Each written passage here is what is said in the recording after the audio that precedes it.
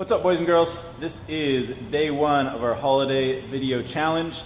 We're going to have some fun, do some training, and you can do it wherever you want to be. First thing we're gonna do is go over our warm-up for day one. Our workout for today is Annie. We'll go over that in a sec. But for our warm-up, we're gonna start out with a nice and easy jog. Look at that. All right, Jeremy's back from his jog. Next thing we've got is, next thing we've got is our high knee skips. So Jeremy's going to line up.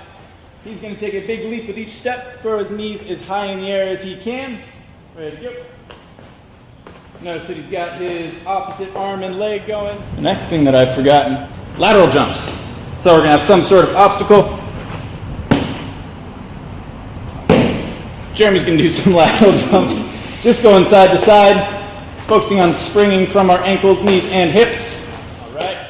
And last thing we're going to do is plank and mountain climber. Jeremy's going to get into the top and push-up position.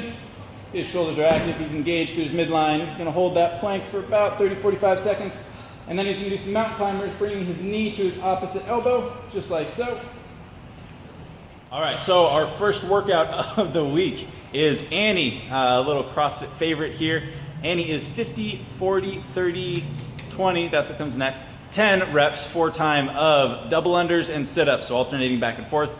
50 double unders and 50 sit-ups on down the line until you get to 10. Doing that 4 time. So Jeremy is going to demonstrate for us. All right, so for our double unders, a couple of things we want to keep in mind. Make sure you have a jump rope, that's an important element. It should be right about armpit height when you're standing on it. It's a good way to gauge how long your rope should be. With our double unders, we want to focus on making small jumps. You don't need to jump very high for a small rope to pass under your feet. We want our elbows to be close by our sides, and all that rotation is coming from the wrists. So Jeremy's going to go ahead and demonstrate some reps. Next thing we have is our sit-ups. If you don't have an ab mat at home, you can go ahead and roll up a t-shirt or a towel, something like that, or you can do it without. Notice that the larger side, the side that says CrossFit on it, is in Jeremy's low back. He starts with his shoulders on the ground, his fingers touching the ground behind his head. He's going to throw his arms up in the air, touch in front of his toes, and go back down to the ground, and up, and back down, and up, and back down, nice and easy. All right, gang, now that you're done with Annie, we're gonna go to a little bit of a cool down. We've got something for you today. Which you start with some Samson stretch.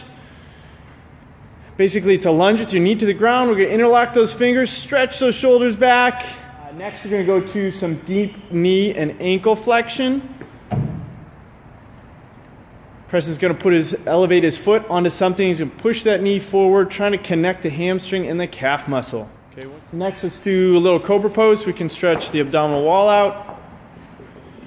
You're just gonna try to go down from that plank position, toes to the ground, knees to the ground, and then you're going to extend your arms, trying to pull or push your hips all the way down. And you wanna hold in that position. Good 10-15 seconds, rest. All right, so we're gonna do a little calf stretching too. Find a wall, an upright, a plyo box. I think the famous Kelly Starrett uses a police tire with Tim Ferriss. Weird.